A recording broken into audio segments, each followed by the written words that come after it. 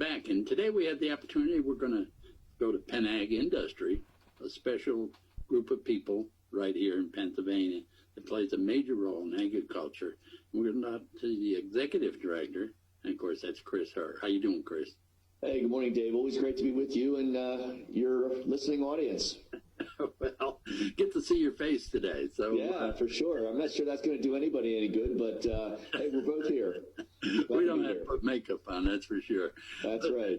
You know, PennAg Industry plays such a major role in different things that go on in the state. And, of course, you know, you represent many different parts of agriculture. And whether it's the soybeans, the hog business, or, of course, the millers and all those things put together makes you, how many members altogether do you have?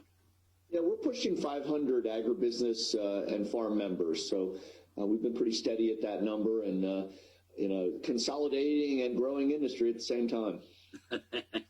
And, of course, you know, you and I have spent many, many years at the farm show together, you know, and, you know, I go all the way back. I remember in 2012, a special event when the Pennsylvania Farm Show won the national, not just the U.S., but the national World's Fair contest, and with the Modern Ag exhibit. And, of course, you spent a great deal of time there putting that together.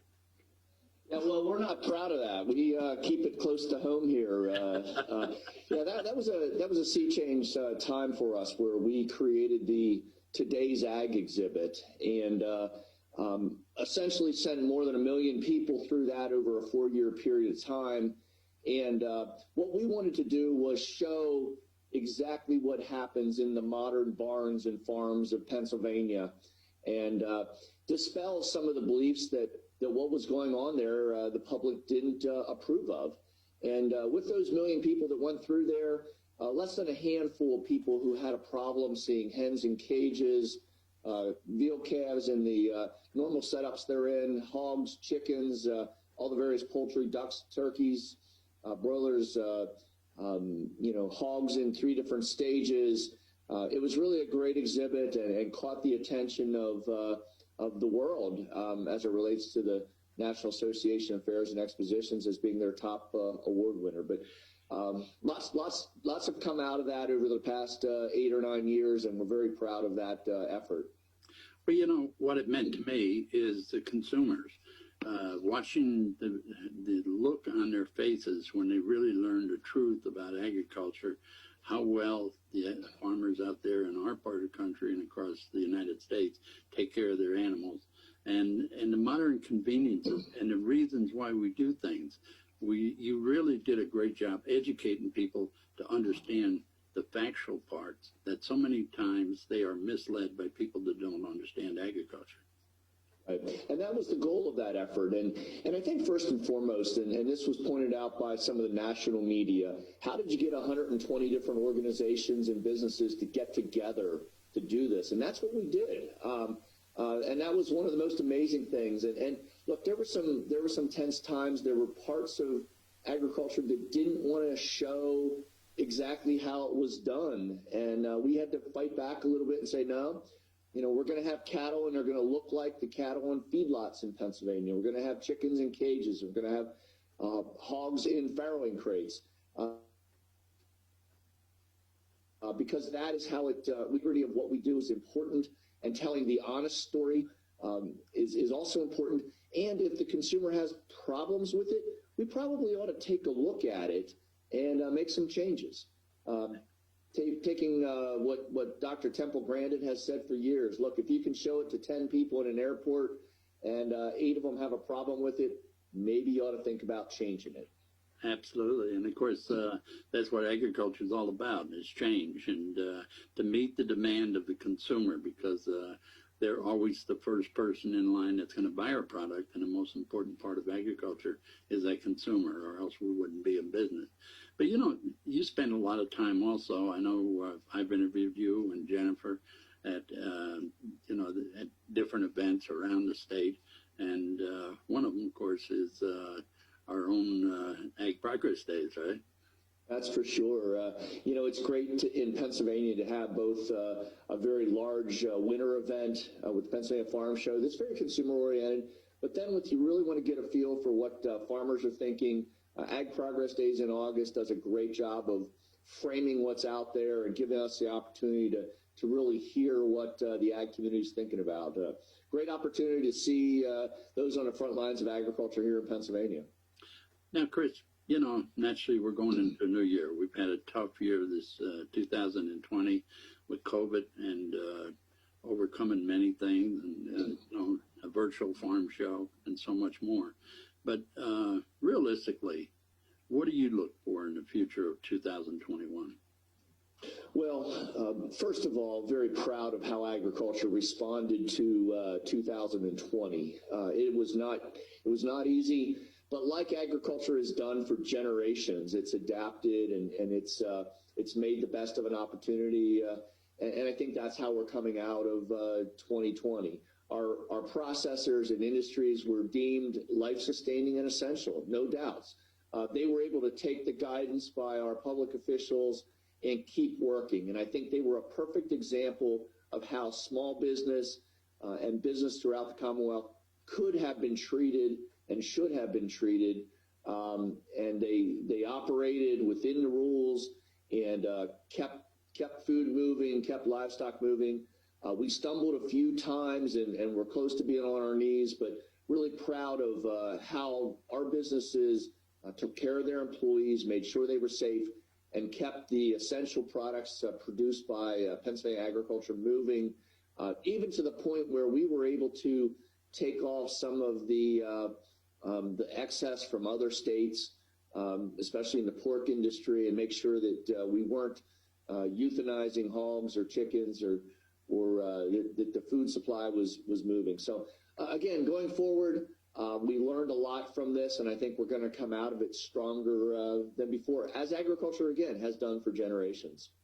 Well, getting back to the farm show, Chris, the roles that PennAg plays, right, from the pork, naturally, this last week I've had Chris Hoffman on our show, and pork is such an essential part of the diet throughout, not just America, but throughout the world. And soybeans. Soybeans are a big part, which Jennifer plays a major role in there. And of course, and yourself with all the millers and all, many of them, they had to contend with dairy farmers and that with very low prices over the last 5 years, and just to survive and to help them farmers survive also, am I right? Yeah, no doubt. The dairy industry has been hit harder than most, and it's going through a reset here in Pennsylvania. I think the farms are going to look differently.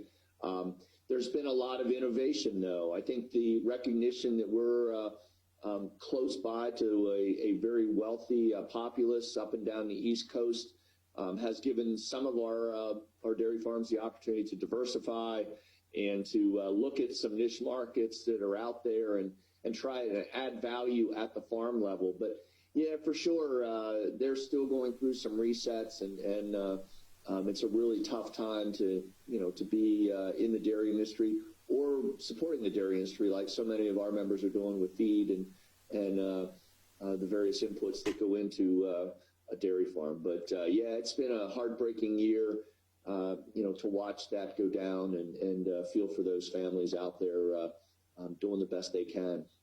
And of course, the great part of it is the Pennsylvania farmer making sure that consumers have plenty of food and they don't have to worry about running out of food. And farmers are out there every day, whether COVID's out there or not. They're there working to bring quality food to the market and even directly many times. But PennAg Industries is a very old organization, right? We are. We date back to 1878, over 140 years in existence. Ironically enough, some of the issues that were important back in 1878 had to do with transportation and overregulation. Not much has changed over 140 some years. You go back to the point you just made. I think if there's a silver lining coming out of 2020, I think the recognition that agriculture really is essential.